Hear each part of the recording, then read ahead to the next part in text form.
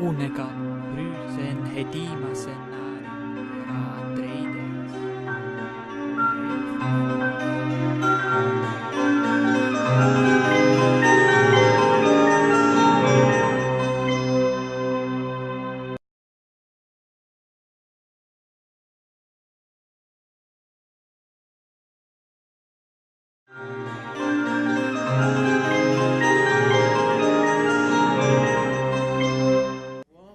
Nous allons pouvoir enchaîner nos travaux avec une conférence de mon ami et collègue Hans-Jürgen Lusebrink. Le professeur Lusebrink est professeur de littérature romane à l'université de la Sarre en Allemagne. C'est un grand spécialiste du XVIIIe siècle. Également, s'est beaucoup intéressé à Michel Foucault, à toute la tradition littéraire et philosophique des temps modernes. C'est quelqu'un qui a écrit de très nombreux ouvrages et participé à plusieurs publications. Je voudrais signaler une chose, c'est qu'il a écrit, il y a quelques années maintenant, un ouvrage sur les almanachs québécois, qui a été présenté. C'est une publication et une littérature très intéressante et qu'il a, au fond, rendu hommage à la tradition des almanachs québécois, qui était une forme de transmission de savoir extrêmement importante. Et d'ailleurs, il y a une ambiguïté qui reste toujours présente sur la question de l'origine du mot almanach. Oui. C'est très marrant, on n'arrive pas à mettre le terme pour lequel il y aurait peut-être une source grecque ou même arabe, etc. Oui, c'est ça. Et donc, c'est ça. Alors, et puis, Hans-Jürgen Lusebrink est un collaborateur aussi du projet sur l'héritage critique de l'Antiquité et son ancrage dans la modernité. Donc, c'est un grand plaisir pour moi de le recevoir et il va nous présenter sa conférence sur Mably et la démocratie athénienne. Mably, le grand ennemi de Cornelius de Pau. Le grand ennemi de tout le monde. Le grand ennemi de tout le monde. C'est quelqu'un qui suscite beaucoup de détestation, comme Platon, et d'admirateurs, peut-être pas autant, j'en sais rien. Non, il n'y a pas de... Donc, sur Mably et la démocratie athénienne, relecture de la philosophie ancienne dans son ouvrage Des droits et des devoirs du citoyen et son impact à l'époque révolutionnaire. Je lui cède sans plus tarder la parole. Merci beaucoup, Jean-Marc, pour cette introduction. Merci de m'avoir invité ici. C'est un très grand plaisir de présenter quelques réflexions sur Mably, en particulier un ouvrage. Je ne vais pas parler de tout Mably. En tout, son œuvre totalise 19 volumes, mais uniquement et essentiellement de son ouvrage Des droits et des devoirs du citoyen, qu'il a écrit en 1758 et qui a été publié de manière posthume en 1789, au début de l'année 1789. J'ai divisé cette conférence en 4 parties. Je vais d'abord parler des ouvrages de Mably, citation flambeau dans la carrière de la Révolution, parce que Mably a été un des auteurs les plus cités, les plus utilisés pendant la Révolution française. La deuxième partie, je l'ai intitulée Des droits et devoirs du citoyen, de l'histoire ancienne à l'actualité politique.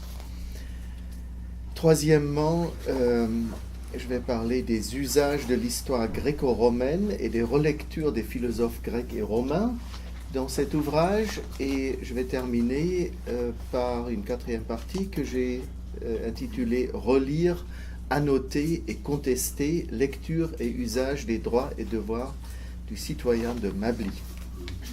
Je commence donc par la première partie qui s'appelle Les ouvrages de Mably, flambeau dans la carrière de la Révolution.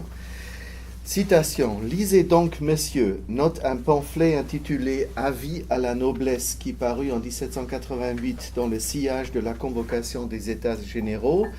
Lisez donc, messieurs, relisez l'abbé de Mably, consultez tous nos historiens et que les annales du monde vous éclairent sur vos vrais intérêts. Jean-Jacques Dussault, l'un des vainqueurs de la Bastille, le 14 juillet 1789, érigea Mably dans son livre De l'insurrection parisienne, paru 2 ans plus tard, un an plus tard, en 1790, en un prophète majeur des événements révolutionnaires et en un vrai garant des principes d'une réforme radicale des rapports entre la nation et son gouvernement. Je cite, « On peut se rappeler, souligne Dussault, et je l'ai déjà dit très affirmativement, que notre révolution n'était pas moins utile aux princes qu'à ses sujets. J'ai eu pour garant l'auteur de Phocion et de tant d'autres ouvrages qui deviendront classiques, du moins dans l'école de la liberté française, car nous aurons aussi la nôtre. Le prince, dit l'abbé de Mably, verra qu'en se démettant de son pouvoir, il l'augmentera, que ses sujets conduits par l'amour, la confiance, l'estime, le respect et la vénération se précipiteront à ses pieds, croit-on qu'un nouveau Charlemagne ne puisse pas triompher de la corruption de la cour et briser tous les obstacles qu'on voudrait lui opposer. » Fin de citation donc de Dussault de l'insurrection parisienne. Et un dernier témoignage contemporain sur le rôle qu'a joué Mably pendant la Révolution française. Dans son éloge de Mably prononcé devant l'Académie des inscriptions et belles-lettres et publié en 1788, 3 ans après sa mort, Mably est mort en 1785, l'abbé Brizard évoque comme suit son œuvre en la reliant avec l'héritage de la philosophie ancienne ainsi que le rôle historique de son auteur. Je cite donc l'abbé Brizard dans son éloge historique de l'abbé de Mably de 1787. Pendant 15 siècles, une nuit épaisse étendit son voile sur la nature entière. Toutes les lumières furent éteintes. On corrompit les sources de la morale. On honora du nom de politique l'art d'asservir et de triompher les hommes. De tromper les hommes et de tromper les hommes. On réduisit en maxime cet art funeste et des écrivains pervers enseignèrent aux ambitieux à être injustes par principe et perfides avec méthode. La vertu ne fut plus qu'un vain nom et les mœurs, tombées dans l'oubli, parurent un sujet de mépris et de ridicule. Un homme est venu qui, nourri de la lecture des anciens, retrouva dans leurs écrits les traces de ce type céleste, de ce beau dont nous avions perdu tout sentiment. Il en étudia les éléments, et l'un des premiers parmi les modernes nous dévoila l'alliance intime de la morale et de la politique. Il démontra que les mœurs sont la source et la base de la félicité publique.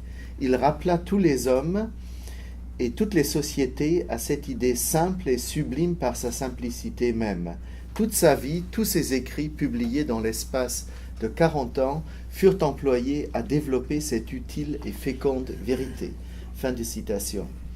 Ces citations et témoignages de contemporains donnent toute sa place à Gabriel Bonneau de Mably, 1709 à 1785, philosophe et écrivain du siècle des Lumières, très influent à son époque, et en particulier pendant la Révolution française, qui le considéra comme l'un des pères de ses pairs, à côté notamment de Voltaire, Rousseau, Montesquieu, Franklin, ainsi que, du moins jusqu'en 1791, de Guillaume Thomas Raynal. Pierre-François Pallois, vainqueur et par la suite aussi démolisseur de la Bastille, reconnut toute l'importance que les contemporains accordaient à Mably en proposant en 1790 de lui ériger une statue sur la place de la Bastille à côté de celle de Franklin, Voltaire, Rousseau et, peut paraître étonnant, du roi Louis XVI. Avant Varenne, évidemment, 1790. Et en 1795, le député Anne-Joseph Arnoux présenta à la Convention nationale le premier exemplaire de la collection complète des œuvres de Mably, c'est une réédition, en soulignant qu'elles avaient servi, je cite, de flambeau dans la carrière de la Révolution.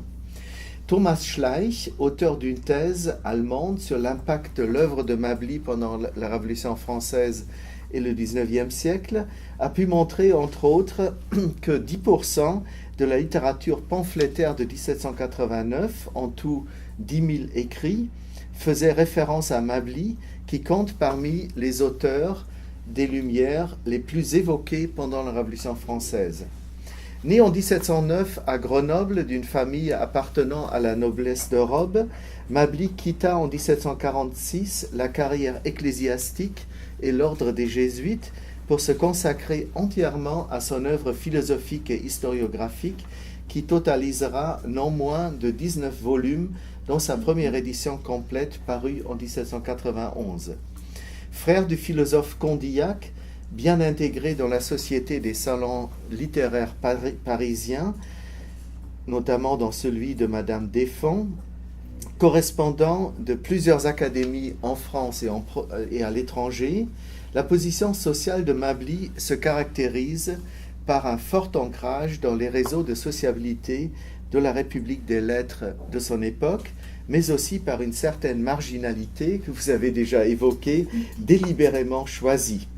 Cette dernière se reflète en particulier dans sa rupture avec le cercle des encyclopédistes, auquel il avait initialement appartenu comme collaborateur de l'encyclopédie de Diderot et de d'Alembert, mais également dans ses nettes prises de distance, voire dans ses critiques acerbes de Voltaire, avec lequel il était complètement fâché, et ses liens personnels et philosophiques d'abord étroits et par la suite aussi conflictuels avec Jean-Jacques Rousseau, qui avait occupé pendant plusieurs années la fonction de précepteur auprès des enfants de son frère Jean. Philosophe politique et moraliste, comme l'un de ses biographes Vladimir Guerrier le dépeint, son œuvre est caractérisée d'une part par les relations qu'elle établit constamment entre histoire et réflexion philosophique, et d'autre part par l'importance donnée aux références à la philosophie grecque et romaine, en particulier aux œuvres de Platon, Socrate, Cicéron, Démosthène, Sénèque, ainsi qu'aux stoïciens. Depuis son premier ouvrage, qui s'appelait « Le parallèle des Romains et des Français par rapport au gouvernement », publié en 1740, jusqu'aux entretiens de Phocion sur l'introduction de la morale avec la politique, traduit du grec de Nicoclès, avec des remarques, 1763, aux observations sur les Grecs paru en 1749, aux observations sur le romain, également paru en 1949, et son ouvrage Observations sur l'histoire de la Grèce ou Cause de la prospérité et des malheurs des Grecs, publié en 1766, les références à l'histoire et la philosophie gréco-romaine jouent toujours un rôle essentiel dans la réflexion politique et morale de Mably. Son ouvrage Des droits et devoirs du citoyen, qui est au centre de cette conférence, occupe une place à la fois majeure et toute particulière au sein de sa réflexion philosophique et politique, de par ses filiations spécifiques qu'elle établit avec l'histoire et la philosophie gréco-romaine. Écrit en 1758, mais publié très probablement, c'est encore à rechercher parce qu'il y a des sources qui disent qu'il y a une première édition déjà en 1771 qu'on n'a jamais pu trouver jusque-là. C'est peut-être une édition manuscrite. Écrit donc en 1758, mais publié très probablement seulement de manière posthume au début de l'année 1789, puis réédité à plusieurs reprises jusqu'en 1793, Des droits et devoirs du citoyen condense, tel une sorte de catéchisme politique, l'essentiel des idées politiques et morales de Mably. C'est pour ça que je l'ai choisi pour cette conférence. Cet ouvrage eut un impact de tout premier plan sur le fameux pamphlet « Qu'est-ce que le tiers-État » de l'abbé Sieyès et de manière plus générale sur les débats politiques des années 1789 à 1791, même 12. Aucun autre de ces ouvrages ne paraît en effet associer plus directement réflexion sur l'histoire, référence aux philosophes anciens et programmatique politique que son ouvrage Des droits et devoirs du citoyen, un livre que Mably décida, probablement par crainte de la censure, de ne pas publier de son vivant, parce qu'il serait, comme il le dit lui-même, dangereux de ne pas laisser mûrir pendant plusieurs années ses écrits. C'est comme ça qu'il légitime la non-publication de plusieurs de ses écrits dans celui-ci. Deuxième point, des droits et devoirs du citoyen de l'histoire ancienne à l'actualité politique. Divisé en 8 lettres, l'ouvrage Des droits et devoirs du citoyen présente une structure narrative et rhétorique ancrée dans une double situation de communication dialogique. Les 8 lettres qui constituent l'ouvrage sont en effet d'une part adressées par un narrateur qui reste anonyme, on peut dire c'est Mably lui-même, mais bon c'est un narrateur quand même, un destinataire également anonyme. Et ces 8 lettres rendent compte, d'autre part, des entretiens entre ce narrateur et un certain Milord Stanhope, philosophe et homme politique anglais, inspiré du personnage historique de James, Earl of Stanhope, qui vécut entre 1673 et 1721 et qui fut Premier ministre britannique à la fin de sa vie entre 1717 et 1721. C'est-à-dire, on peut dire le nom, ce personnage historique a donné son nom, mais il n'est certainement pas représenté dans ces dialogues, parce que ces dialogues se déroulent précisément pendant l'année 1758.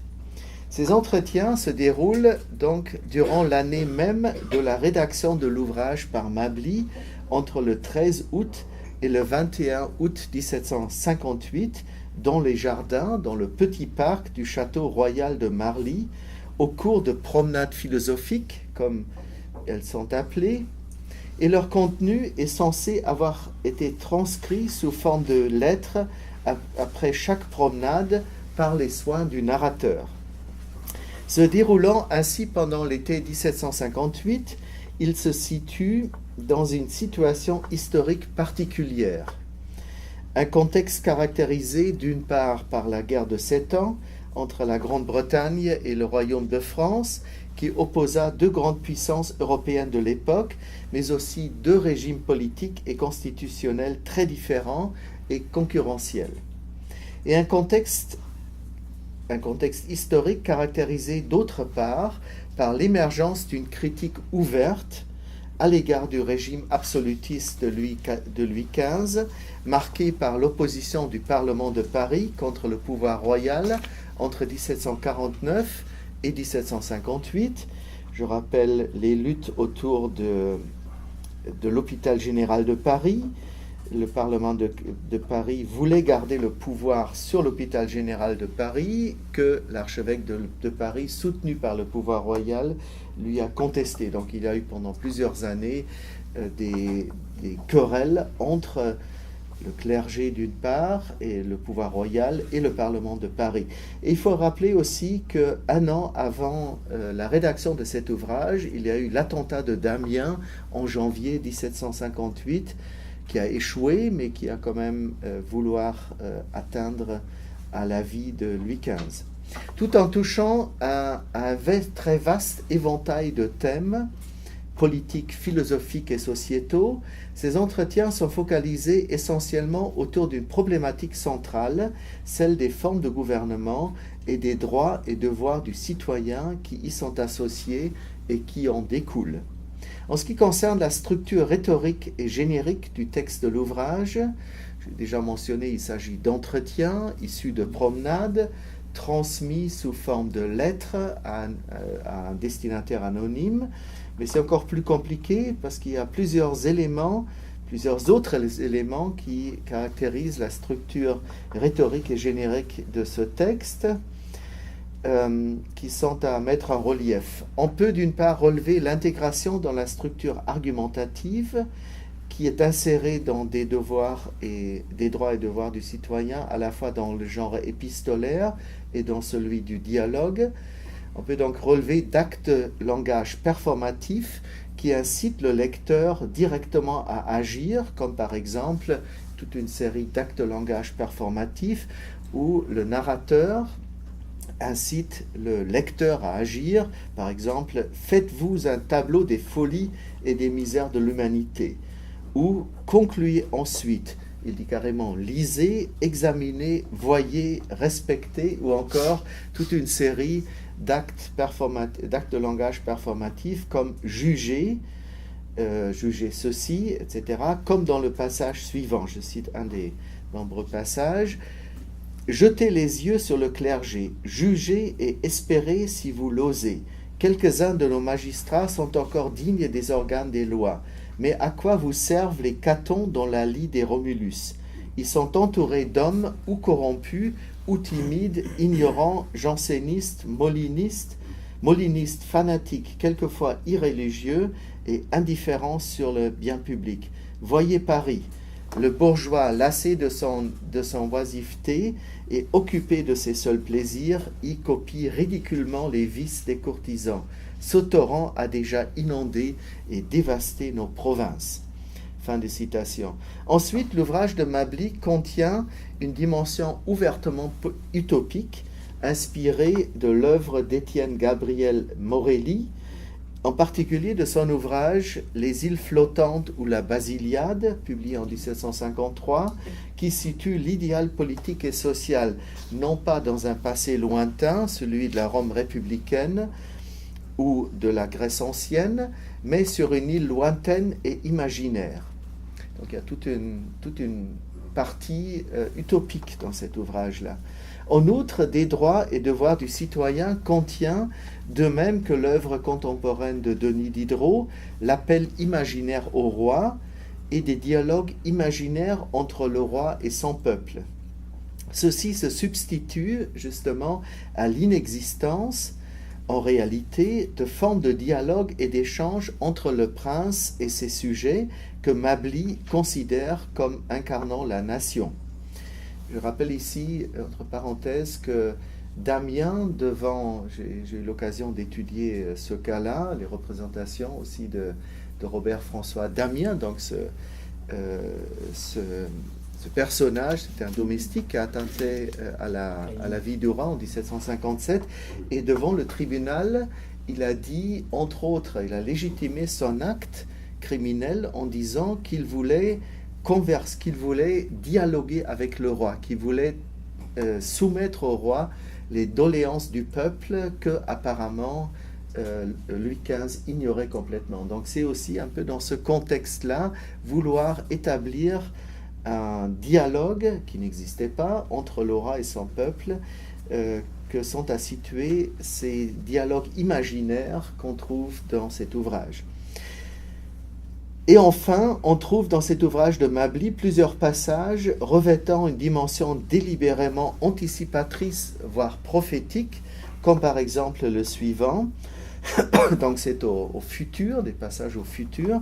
Je cite: « La postérité n'aura rien à reprocher à la génération présente. Nos neveux auraient fait à notre place ce que nous faisons. L'impulsion donnée à toute la machine politique est trop forte pour tenter de la changer.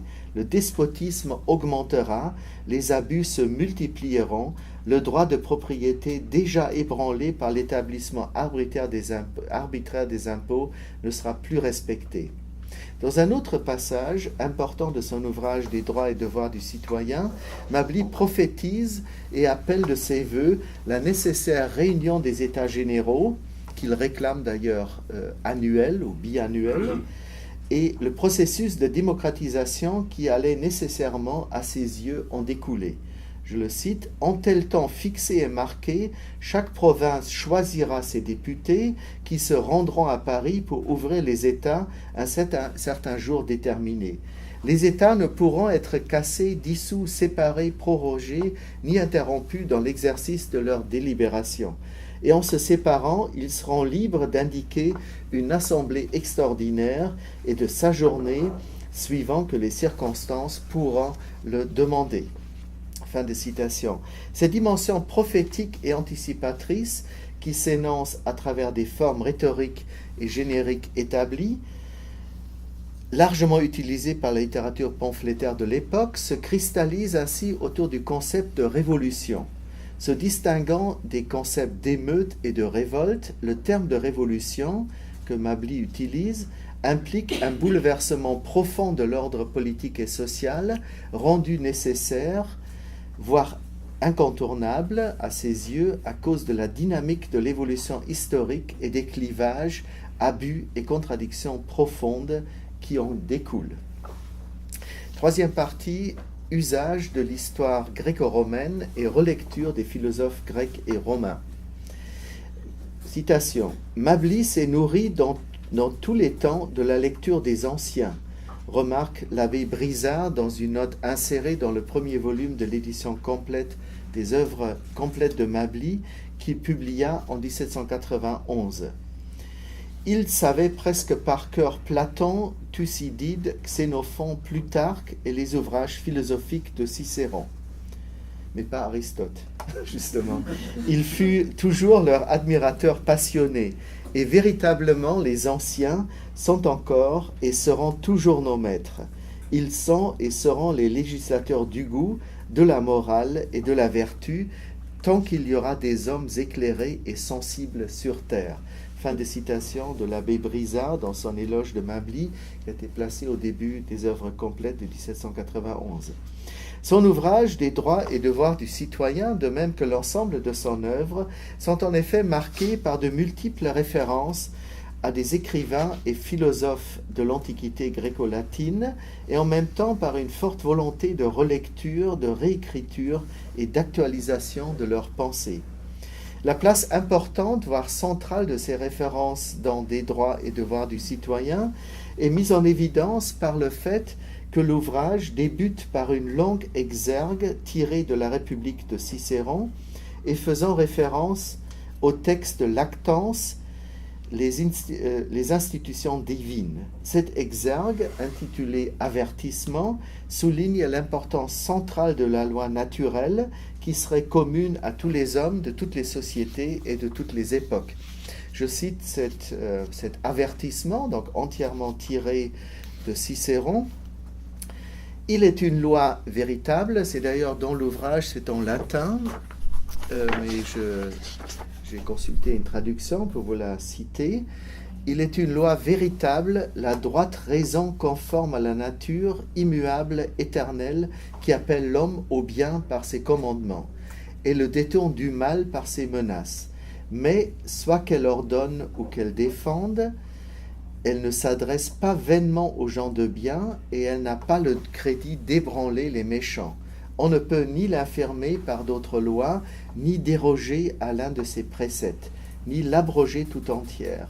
Ni le Sénat, ni le peuple ne peuvent nous dégager de son empire.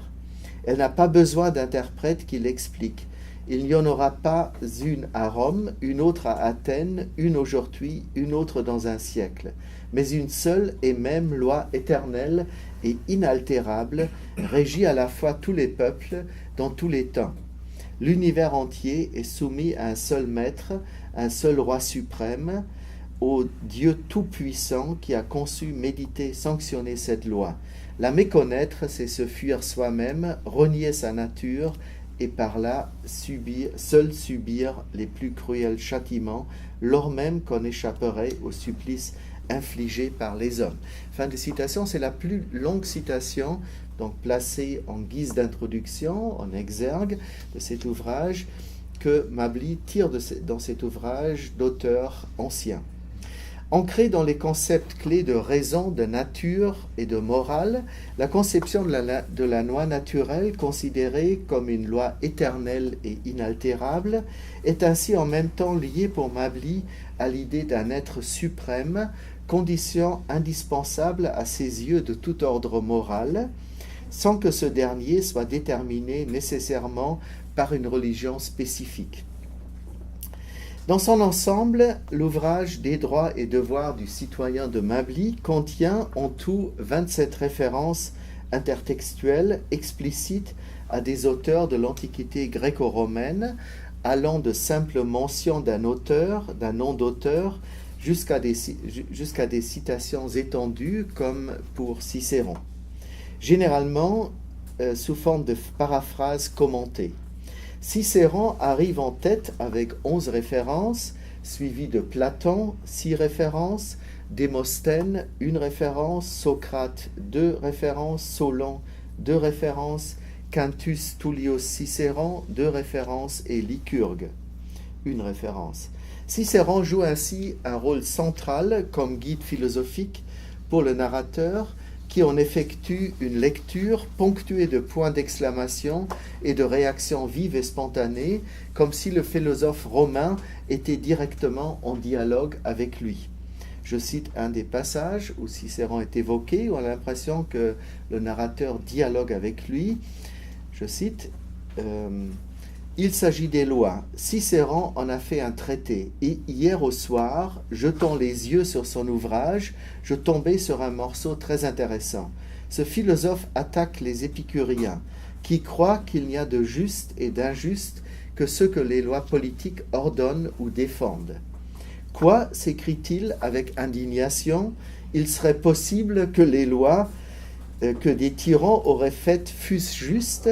Quoi, si les 30 tyrans en avaient voulu presque aux Athéniens, ou si les Athéniens s'étaient déclarés en faveur de ces lois, serait-ce un motif pour s'y soumettre? Non, sans doute, ajoute-t-il. Il ne peut y avoir qu'un droit qui oblige les hommes, et il n'y a qu'une loi qui établisse un droit. Et cette loi, c'est la droite raison qui enseigne ce qu'il faut commander et ce qu'il faut défendre. Plusieurs nations, dit-il encore, plus bas, donc on a vraiment l'impression d'assister que cette lecture est transformée en dialogue, où l'autre parle parfois fort, parfois bas.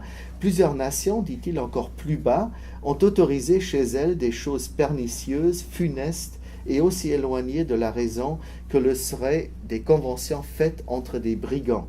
En vertu de quel titre m'y soumettrais-je ? Fin de citation. Platon aussi occupe dans l'ouvrage de Mably la même fonction d'interlocuteur et de conseiller privilégié, en particulier dans le domaine des lois et de leur impact. Je cite, « Dans ces régions heureuses, peut-on ainsi lire dans la 4e lettre, où les lois, ouvrages d'un peuple libre, sont méditées, faites et publiées avec ces formalités et cette lenteur sage et réfléchie, que leur donne de la majesté et de la force, je voudrais, avec Platon, que le citoyen ne prétendît pas être plus sage que la loi en refusant d'obéir à ce qu'il croit injuste.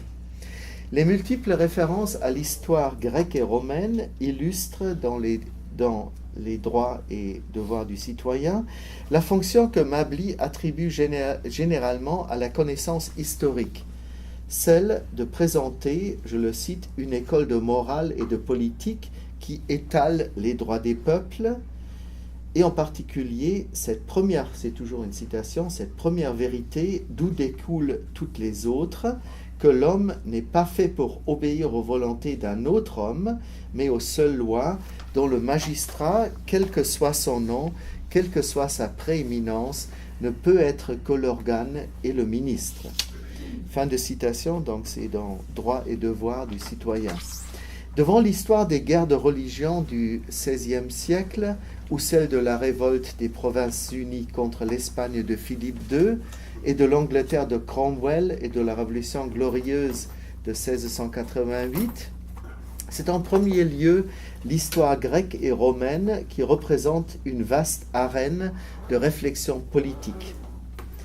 L'histoire grecque, à l'exception notable de celle de la Lacédémone, illustre ainsi pour Mably les dangers recélés par les démocraties dites pures,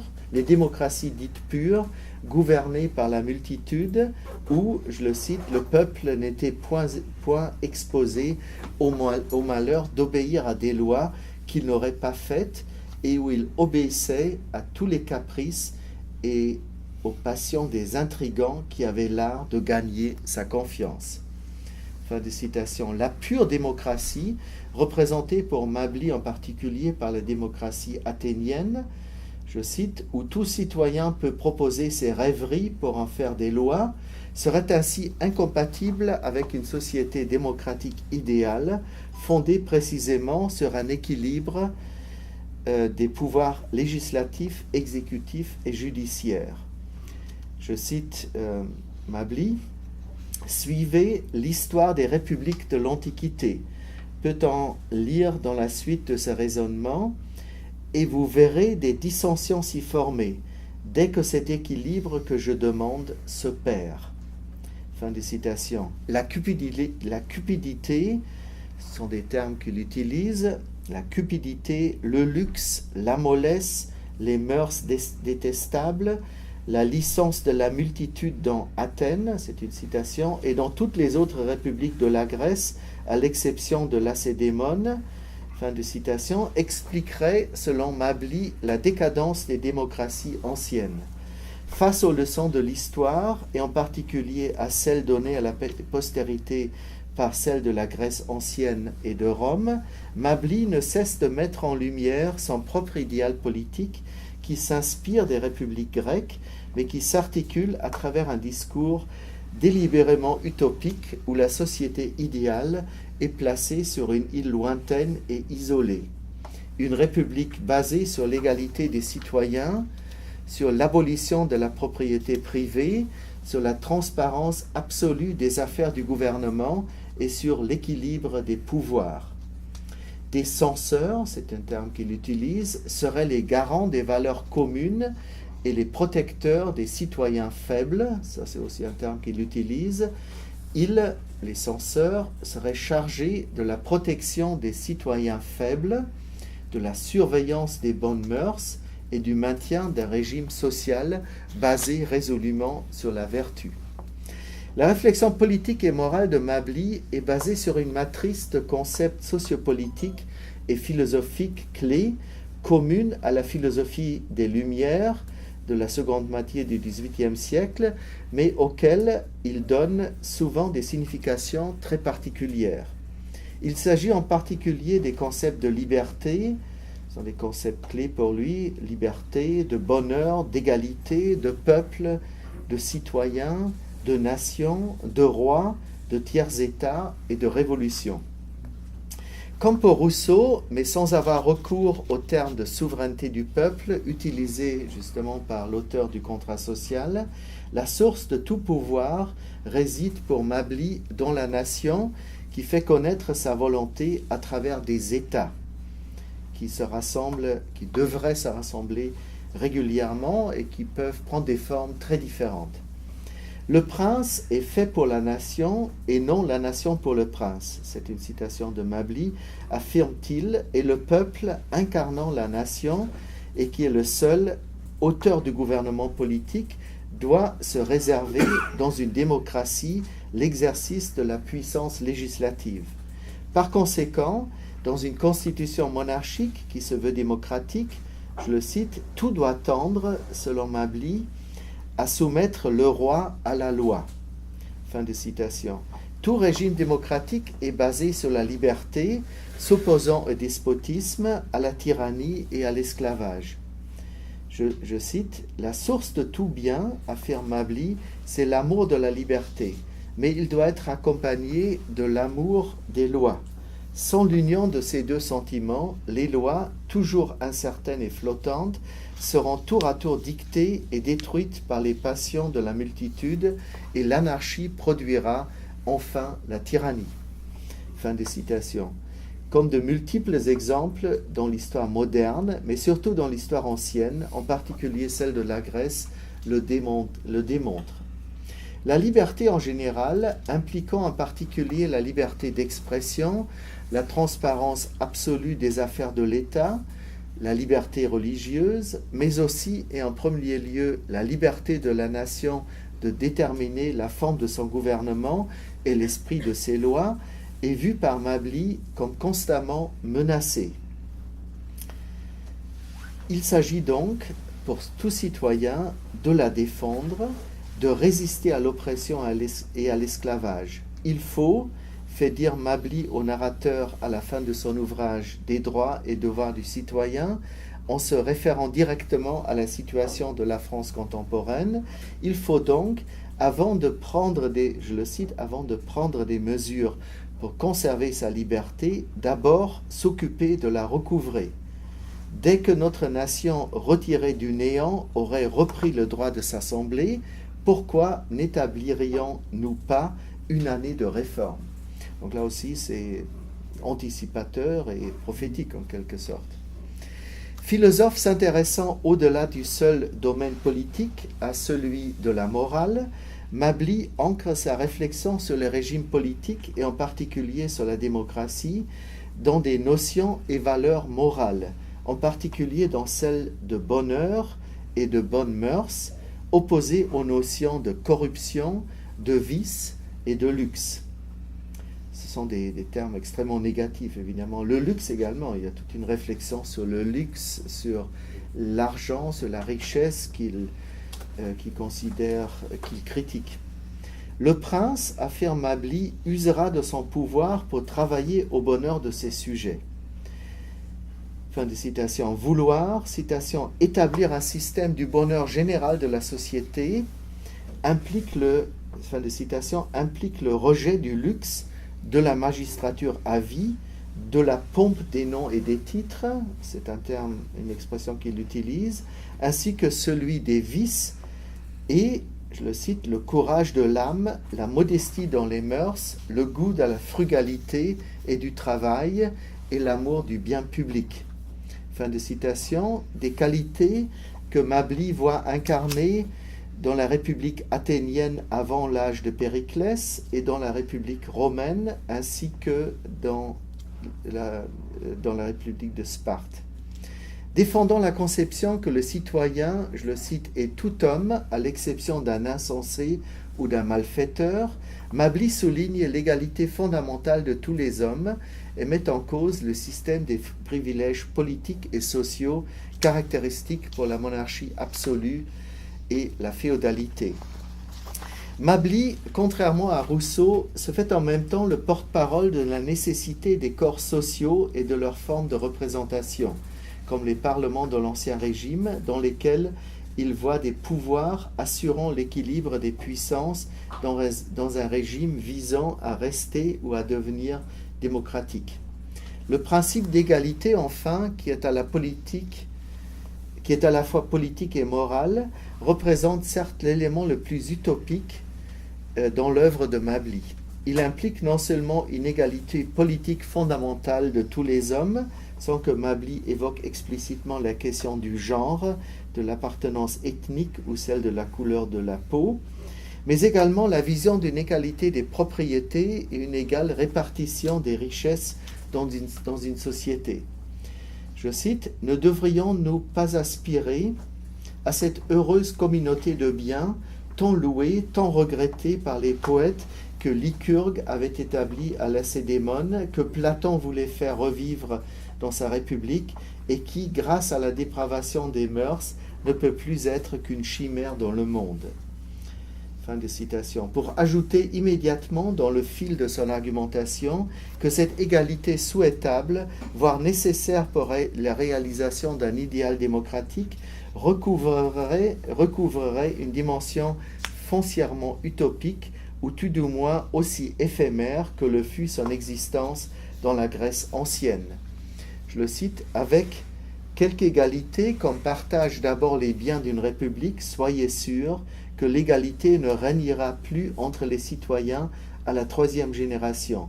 Voilà des hommes nécessairement inégaux, car l'inégalité des fortunes produit infailliblement des besoins différents et une sorte de subordination désavouée, il est vrai, par les lois de la nature et par la raison, mais reconnue par les passions nombreuses que les richesses et la pauvreté ont déjà fait naître. » Fin de citation. Dernier et 4e point, relire, annoter et contester, lecture et usage des droits et devoirs du citoyen de Mably.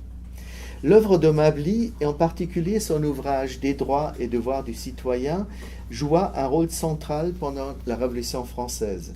Ses conceptions politiques, inspirées de sa lecture notamment de Cicéron, de Platon et de l'expérience des républiques anciennes, puis d'une appropriation critique de Pufendorf, de Montesquieu et de Morelli, furent directement reprises dans les débats précédant la convocation des États généraux le 5 mai 1789.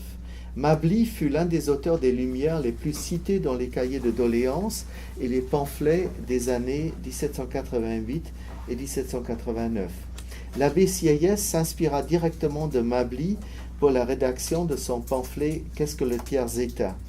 et des événements majeurs du processus révolutionnaire comme le serment du jeu de paume de 17 juin 1789 et la transformation des États généraux en Assemblée nationale constituante, ainsi que l'esprit de la Constitution de 1791, portent l'empreinte directe de la pensée et des écrits de Mably, autant que celle de Montesquieu et de Rousseau. La pensée sociale et morale de Mably, le second volet de son œuvre, a surtout influencé la seconde phase de la Révolution, celle du gouvernement du Comité du salut public, et marqué la pensée socialiste du XIXe siècle. Admirateur passionné de la grandeur morale des anciens, là je cite Guerrier dans son livre sur l'abbé de Mably, Mably s'est efforcé d'adapter la théorie morale de Platon aux besoins d'une nouvelle société qu'il imaginait égalitaire, frugale et vertueuse, quitte à forcer certains de ses membres à la vertu par la contrainte et la violence, comme allait le faire en 1793 et 1794 Maximilien Robespierre et Saint-Just. Si Mably distingue dans ses entretiens de Phocion également 7 vertus principales, il ne s'agit plus alors des 7 vertus cardinales de la pensée médiévale. Il place en tête 3 des 4 vertus platoniciennes, la justice, la prudence et le courage. Je le cite comme les 3 sources qui donnent naissance à l'ordre, à la paix et à la sûreté, indispensables au bonheur de la société. Fin de citation, c'est tiré des entretiens de Phocion. Ces 3 vertus sont complétées par 4 autres que Mably appelle dans leur ensemble vertus mères, la tempérance, l'amour du travail, l'amour de la gloire et le respect pour la divinité.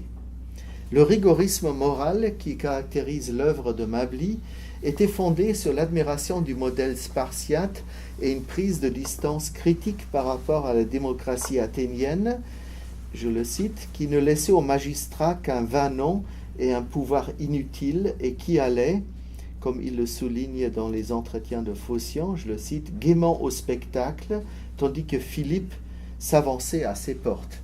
Fin de citation.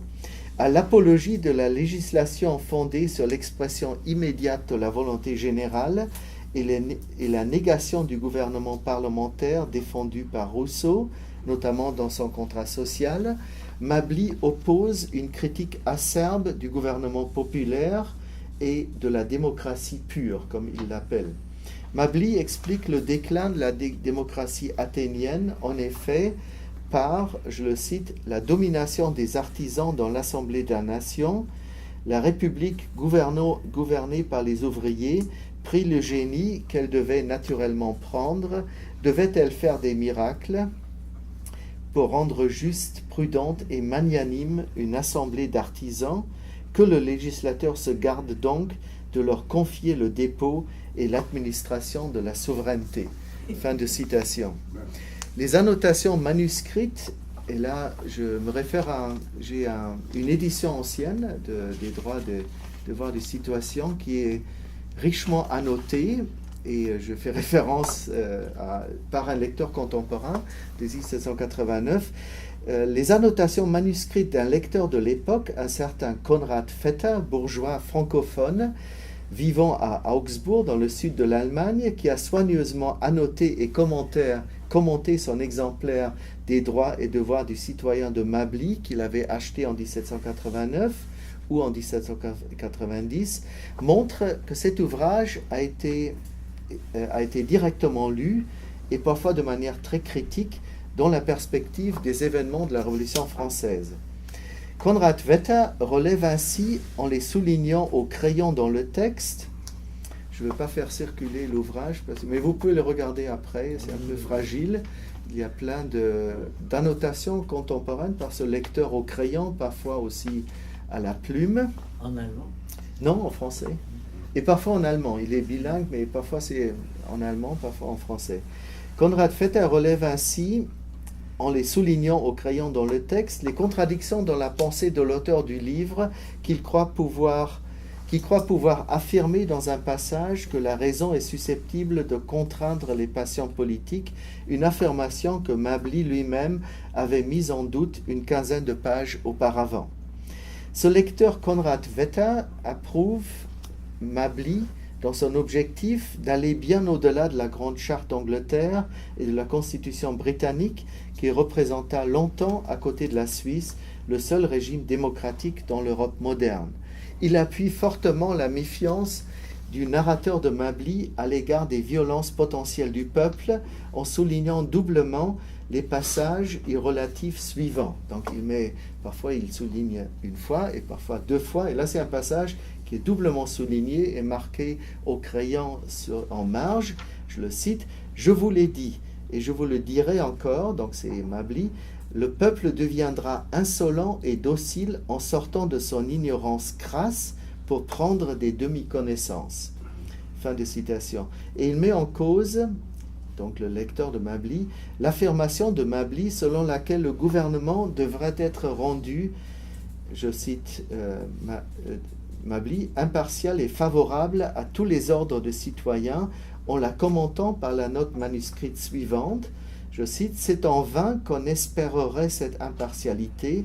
La classe éclairée agira toujours contre l'intérêt de la multitude non éclairée. » Et malgré les débordements qu'il a pu observer, ce lecteur allemand de Mably considère, en suivant les réflexions de l'auteur des droits et devoirs du citoyen, que la nation est instruite par la voie de la raison et que cette maxime incarne le principe générateur de la Révolution française. Et en commentant le raisonnement de Mably dans Droits et devoirs du citoyen, son lecteur Conrad Vetter rédigea à la fin de l'ouvrage, sur une page blanche, donc après le sommaire, il y a une page blanche, et là, le lecteur le remplit d'abord à la plume et après au crayon de commentaires. Les notes manuscrites suivantes liant la réflexion de Mably sur la démocratie athénienne à l'actualité immédiate de la Révolution française. Je cite donc ces notes: « L'Assemblée nationale a procédé d'une manière très imprudente, par vanité. Elle disait reprendre les droits de la nation, elle reprit trop et elle ne pouvait donc pas empêcher la populace de prétendre à reprendre son droit aussi. Le tiers-État, reprenant trop et en affaiblissant trop la royauté, s'est rendu incapable de résister aux prétentions et aux efforts du quatrième État. Il fallait pour cela l'appui et l'assistance d'une royauté forte. » Fin de citation, donc c'est les commentaires de ce lecteur qui sont placés à la fin de l'ouvrage. En répondant à ces critiques qui lui disaient « Laissez vos Grecs, leur histoire est usée, qui ne connaît pas Lacédémone, Lycurgue, Athènes, Solon, Thèbes, Épaminondas, la Ligue des Achéens et Aratus ?» Donc, en répondant à ces critiques, Mably affirme dans la préface à son ouvrage « Observations sur l'histoire de la Grèce », je cite, « Ce serait un grand malheur si on se lassait d'étudier les Grecs et les Romains. L'histoire de ces deux peuples est une grande école de morale et de politique. » Pour ajouter ensuite, je le cite, « Puissent les princes, en voyant les suites funestes de l'ambition de Sparte et d'Athènes et des divisions des Grecs, connaître et aimer les devoirs de la société. » Fin de citation. Donc là, c'est tiré de la préface de Mably aux observations sur l'histoire de la Grèce. L'interrogation de Mably sur l'histoire et la philosophie grecque et romaine eut, comme nous pouvons le constater à travers l'analyse de son ouvrage « Des droits et devoirs du citoyen », publié en 1789, eut un impact capital sur les contemporains. Mais son insistance sur la nécessité impérieuse d'une transparence absolue des affaires publiques du gouvernement et sa mise en garde contre ce qu'il appelle la démocratie pure athénienne, susceptible de dégénérer rapidement dans ce que la science politique définit aujourd'hui comme le populisme, deux questions s'avérant aujourd'hui d'une actualité politique brûlante, montraient bien toute la modernité des réflexions et des analyses de Mably et leur caractère prémonitoire plusieurs décennies déjà avant les débuts de la Révolution française. Merci pour votre attention.